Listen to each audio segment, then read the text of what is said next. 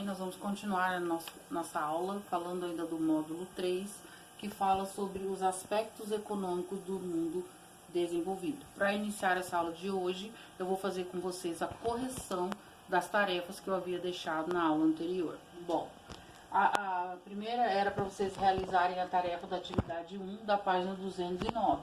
Essa atividade, ela tinha uma notícia e abaixo dela nós tínhamos aí 3 perguntas, né? A notícia, ela fala das empresas de carvão dos Estados Unidos, porque elas querem manter o Pacto do Clima. Ao anunciar em março que voltaria atrás na política climática do seu antecessor Barack Obama, o presidente americano Donald Trump diz estar cumprindo a sua promessa de campanha de preservar as vagas de trabalho americanas no setor carvoeiro.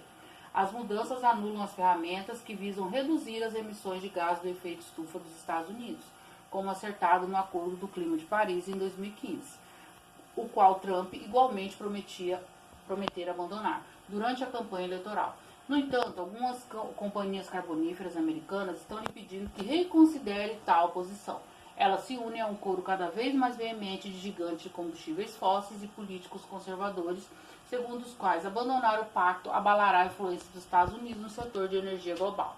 Na última década, o diretor executivo da companhia, Colin Marshall, argumentou em carta aberta ao chefe de Estado que o país deveria permanecer no acordo a fim de ajudar a configurar uma abordagem internacional mais racional da política climática.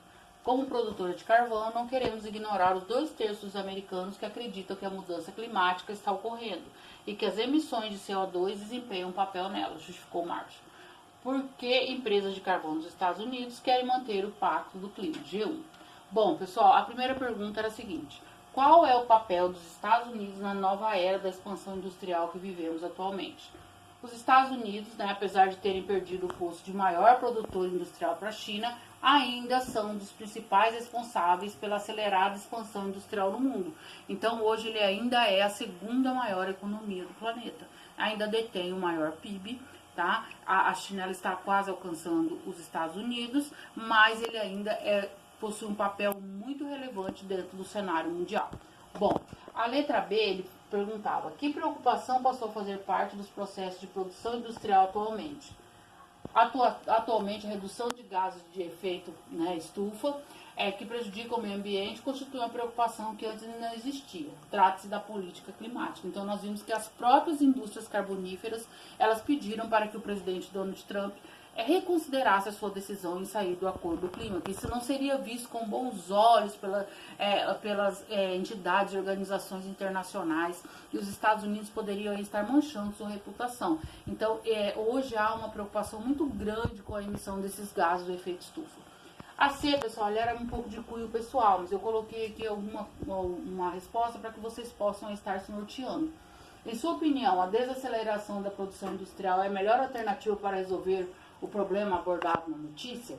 Ela pode sim ser uma alternativa, mas atualmente estão sendo desenvolvidas outras formas de energia, chamadas energias sustentáveis, a energia eólica, a energia hidrelétrica, que pode substituir aí o uso do carvão mineral. Pode ser citado como exemplo o biodiesel. Nós já sabemos, já expliquei para vocês, que numa escala de poluentes, o carvão mineral ele é o mais prejudicial aí, principalmente para a atmosfera, Se nós fossemos fazer uma escala, seria o carvão mineral, petróleo e, por último, o gás natural. Então, já estão sendo desenvolvidas outras técnicas para que nós possamos aí fazer a utilização de outros combustíveis sem ser esses provenientes aí de combustíveis fósseis.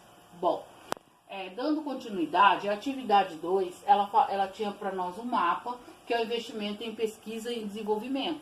Ele fala que 75% dos investimentos mundiais são feitos por empresas, Observe mais informações sobre o tema no infográfico a seguir e responda as questões.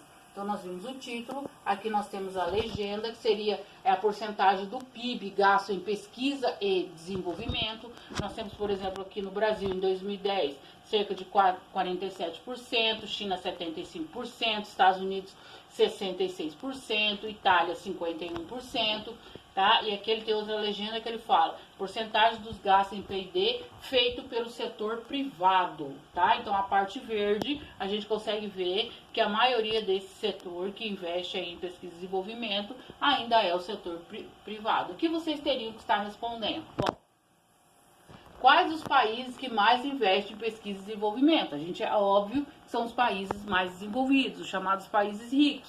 Estados Unidos, Austrália, Japão, França, Alemanha, Suécia e Suíça merecem também destaque, né, como países emergentes aí, a Coreia do Sul e a Tunísia.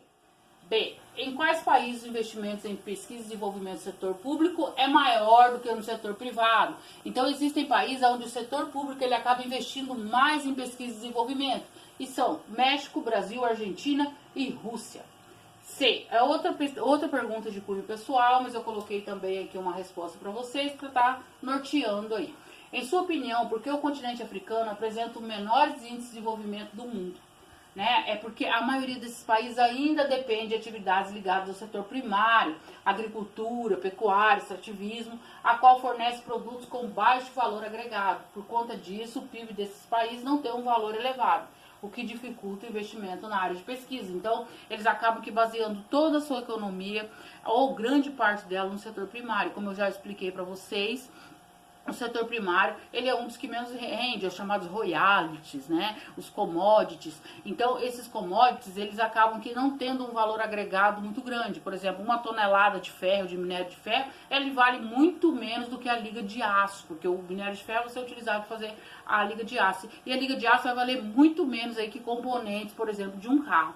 Então, a gente consegue perceber que um país, para ele ser desenvolvido, ele precisa ter o setor primário, secundário e terciário também forte. Países como países africanos, o continente africano, que tem somente o seu setor primário, acaba que não tendo recursos, seu PIB, seu produto interno bruto é muito baixo, e acaba que não tendo recursos para investir em pesquisa e desenvolvimento. Bom, dando continuidade, pessoal, lembrando que façam a correção na apostila, tá? Não deixem de fazer essa correção na apostila. Assim que nós voltarmos, eu vou estar vistando essas apostilas, tá? Não deixem de fazer essa revisão e não deixem de estar grifando aí os pontos mais importantes que eu estou repassando para vocês. Para dar continuidade, a gente vai falar dos investimentos estrangeiros, tá? Existem dois tipos, são investimentos em carteira, são aqueles que operam no curto prazo, com fins especulativos, quase sempre por meio de bolsa de valores. Investimentos produtivos são os realizados em atividades econômicas concretas, como indústrias, mineração, comércio e serviço. O primeiro tipo cresceram muito desde o início do século, favorecidos pela crescente integração, globalização, galera. Quando a gente fala em globalização, a gente vê uma circulação muito grande desses investimentos aqui em carteira. Seriam aí os chamados, né, o mundo digital, onde essas informações, esses recursos vão de um lado para o outro numa velocidade muito rápida. Então hoje consegue-se fazer grandes investimentos em bolsa de valores sem você sair nem mesmo de dentro da sua casa. Isso foi tudo graças à globalização, a nós termos acesso a essa tecnologia. Já o segundo, que são os investimentos produtivos, eles são realizados, tá, através de compras de mercadorias físicas. Eu costumo dizer que existem aí os fluxos materiais e os fluxos imateriais. Então, o investimento em carteira, ele visa mais os fluxos imateriais, aquilo que nós não podemos pegar, informação, moeda digital, bolsa de valores, ações. Já os investimentos produtivos, eles são os fluxos materiais, aquilo que nós podemos pegar, né, as mercadorias das indústrias, aquilo que vai ser vendido no mercado global e tudo isso. Então, existem esses dois tipos de investimento. Investimento de carteira, lembre aí, fluxo imaterial, e investimento produtivo, fluxos materiais. Bom, dando continuidade, pessoal, a gente vai falar também de capitais feitos, há também investimentos estrangeiros feitos com capitais produtivos, conhecidos como investimento. O crescimento, tá, desses investimentos diretos, impulsionados pela onda da globalização, foi o que eu falei, iniciado em 1990, teve seu pico em 2007. Aí no ano seguinte nós vimos que existiu uma grande crise financeira iniciada nos Estados Unidos, foi chamada bolha imobiliária, isso afetou grandemente o comércio mundial, houve uma queda muito grande nesse investimento estrangeiro direto. Mas, mesmo aí após isso, a retomada do crescimento foi rápida. Em 2007 os investimentos estrangeiros diretos chegaram ao seu pico, 2,1 trilhões de dólares. A crise financeira iniciada em 2008 levou uma acentuada queda, né, como eu disse. Analisando dados referentes, verificamos que os fluxos de investimentos diretos estrangeiros voltaram a subir, aproximadamente 1,8 trilhão de dólares, portanto ainda abaixo do pico de 2007. O principal fator que impulsionou esse crescimento foi o aumento das fusões e aquisições envolvendo as chamadas empresas transnacionais. Essas empresas transnacionais, o que são? É o que nós vamos ver agora, são empresas que têm sede principalmente em países desenvolvidos, que acabam se fixando em grande parte do mundo, onde eles utilizam aí o mercado consumidor, a mão de obra barata e a matéria-prima. E essas transnacionais, elas estão dentro do nosso dia a dia. Nós temos aí várias, grandes empresas, como a Coca-Cola, como o Posto Texaco, como a Samsung, tá? E são empresas que, na sua grande maioria, estão, 99% delas estão nos ditos chamados países desenvolvidos. É claro que nós temos grandes empresas também, como a Samsung da Coreia do Sul, é um país emergente aí que está crescendo no mercado mundial, mas a grande maioria deles estão fixados em países desenvolvidos. A crise financeira de 2008 reduziu, o volume de investimentos estrangeiros diretos, que caíram de 1,5 trilhões de dólares em 2000 para aproximadamente 1,1 trilhão em 2009. As regiões que mais perderam investimentos foram a Europa e os Estados Unidos. A Europa Ocidental era historicamente a região geográfica que mais absorvia esses investimentos.